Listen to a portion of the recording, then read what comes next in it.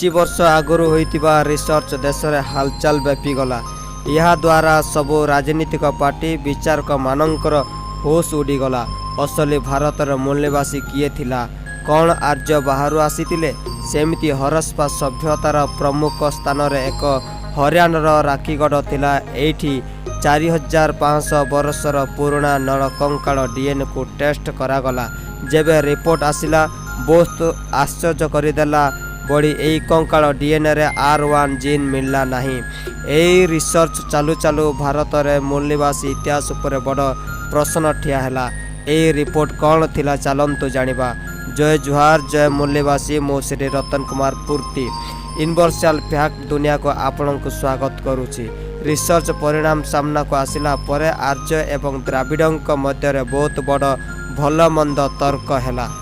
ପ୍ରଥମ ଭାରତୀୟ କିଏ ଥିଲା ଏବଂ ଏଠିକାର ପ୍ରଥମ ମୂଳନିବାସୀ କିଏ ଥିଲା?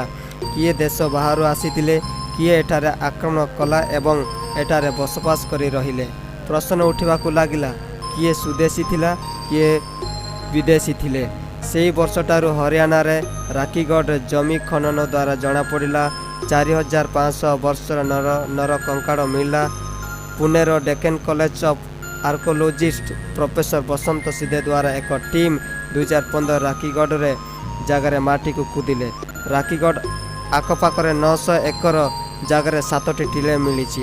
ଯେବେ ଏହି ଡିଏନ୍ଏ ସାମ୍ପୁଲକୁ Lucknow Birbal Sahni institute biotechnic genetics ମେରୁ ନୀରଜ ରାୟ ଷ୍ଟଡି କଲେ ଏବଂ ସାମ୍ନାକୁ ଆସିଲା ରାଖିଗଡ଼ ମିଳିଥିବା ନରକଙ୍କାଳରୁ R1A1 ଜିନ୍, ଯାହାକୁ ଆର୍ଯ୍ୟ ଜିନ୍ କୁହାଯାଏ, ତାହା ମିଳିଲା ନାହିଁ।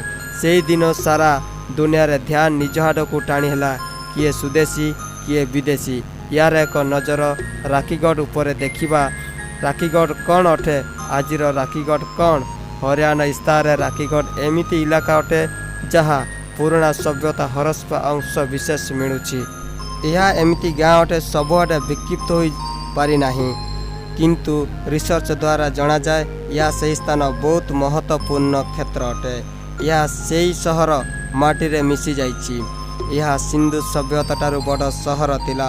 ଅଂଶ ବିଶେଷ ଦ୍ୱାରା ଜଣାଯାଏ। ଏହା ଦ୍ୱାରା ଏହା ପ୍ରମାଣ କରୁଛି ପ୍ରାଚୀନ ସଭ୍ୟତା ସହର ଥିଲା। ଭୂଖଣ୍ଡରେ ଏଇଠୁ ପଶୁଙ୍କ ଆକୃତି ଖେଳଣା, ମାଟିପାତ୍ର, ପଶୁଙ୍କ ଚାପା ଇଟା, ମୁଦ୍ରା, ମାଟି ବର୍ତ୍ତନ ମିଳିଛି। ସମୟ ସମୟକୁ ଏଇଠି ଖୋଳାଯାଏ। ଆମେ କହିପାରିବା ରାଖିଗଡ଼ ଗୋଟିଏ ଏମିତି ଗାଁ ଥିଲା ଯାହା ଏକ ସ୍ଥାନ ପାଖରେ ପୂର୍ବ ମଧ୍ୟମ ସମୟର ଅଂଶବିଶେଷ ଦେଖାଯାଏ। ଆମଠାରୁ 5000 ବର୍ଷ ପୂର୍ବରୁ ଅଧିକ ଆଡ଼ଭାନ୍ସ ଥିଲେ।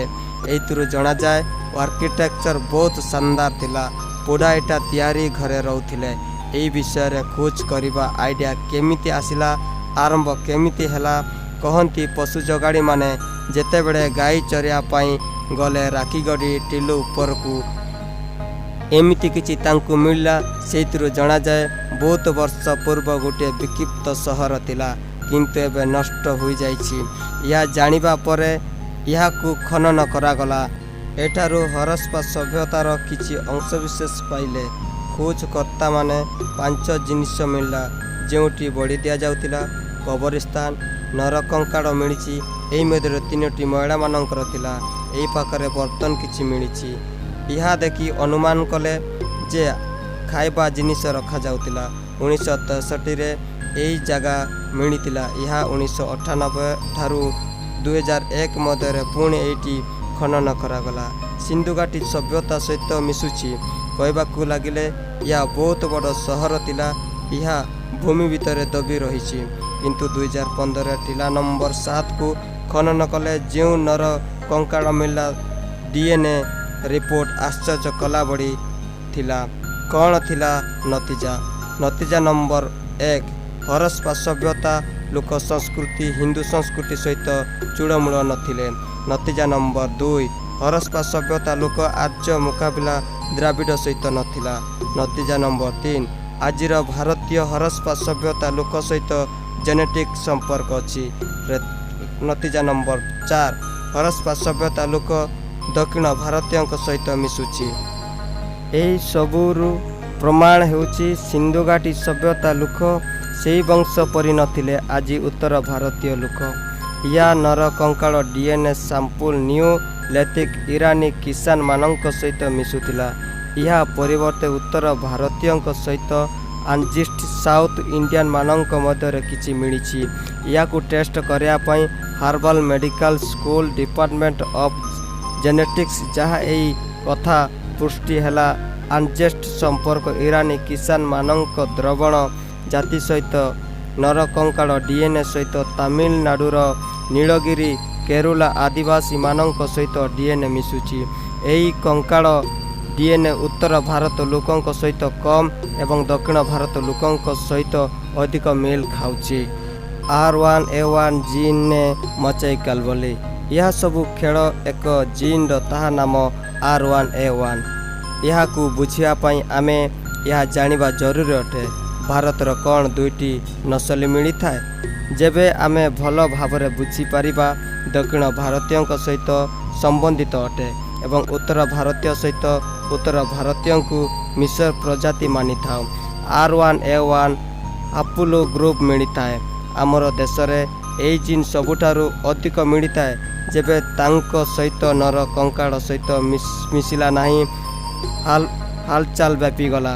आर्य किए सेमाने केउटु आसीतिले, भारत असली मूल निवासी किए जोटी आमे सबू जानिछु। आज पर्यंत आर्य को भारतीय मूल निवासी हेबा परे प्रश्न ठिया करदेले। राखीगढ़ मिलिथिबा नर कंकाल परे कहबाकू लागिला आर्य माने भारत उपरे आक्रमण करथिले। एथिरु जणा पड़े 4000 वर्ष आगरे हिंदू आर्य नामक प्रजाति भारत रे पाद रखिले, जो माने पुलन सहर दे दक्षिण मीडिया एशिया पर्यंत स्टेपी किंबा घासर मैदान दे आसीतिले। तेबे से माने एइटु पहुँचिले आगुरु रोथिबा लोकंक सहित लड़ाई झगड़ा कले। आपण भाबुथिबे निश्चय आर्य आगुरु नथिले, परे आसी बासबास कले। आगुरु रोथिबा लोक किए थिले तार जवाब द्राविड़। द्राविड़ों को भारतर मूल निवासी मानि थाउ, जा आर्य आसीबा आगुरु रहिथिले। आर्य माने आसी एमानंक ऊपर आक्रमण कले। जेमती एई कथा सामना को आसिला आर्य लोक किछि कठोरपंथी राष्ट्रवादी हिंदूवासी एई कथा आदौ भल लागिला नाही। एई कथा एमाने मानिले नाही। से इतिहासकार माने कहबाकू लागिले आर्य माने आक्रमण कले, सभ्यता नष्ट हैला। आर्य हिंदू भारत रे रहिले। आर्य वेद 1500 ख्रीष्टपूर्व आर्य माने लिखिचंती। देवादेवी वेदरू सिंधु घाटी नष्ट हैला परे आसीची। एई धर्म ग्रंथ से माने लिखिचंती। जो माने यूरोप भारत को आसीतिले यह थिला एमिति तथ्य आर्यंक आगमन बोली जानू। यह थिला आर्यंक आक्रमण। एई उपरे प्रश्न ठिया हेबार लागिला। आपन को केमिति लागुछि? प्रथम किया आसीतिला द्राविड़ ना आर्य? कौन आर्य माने द्राविड़ उपरे आक्रमण कले? आपण राय जरूरी दियंतु। आजि पाई एतिकी।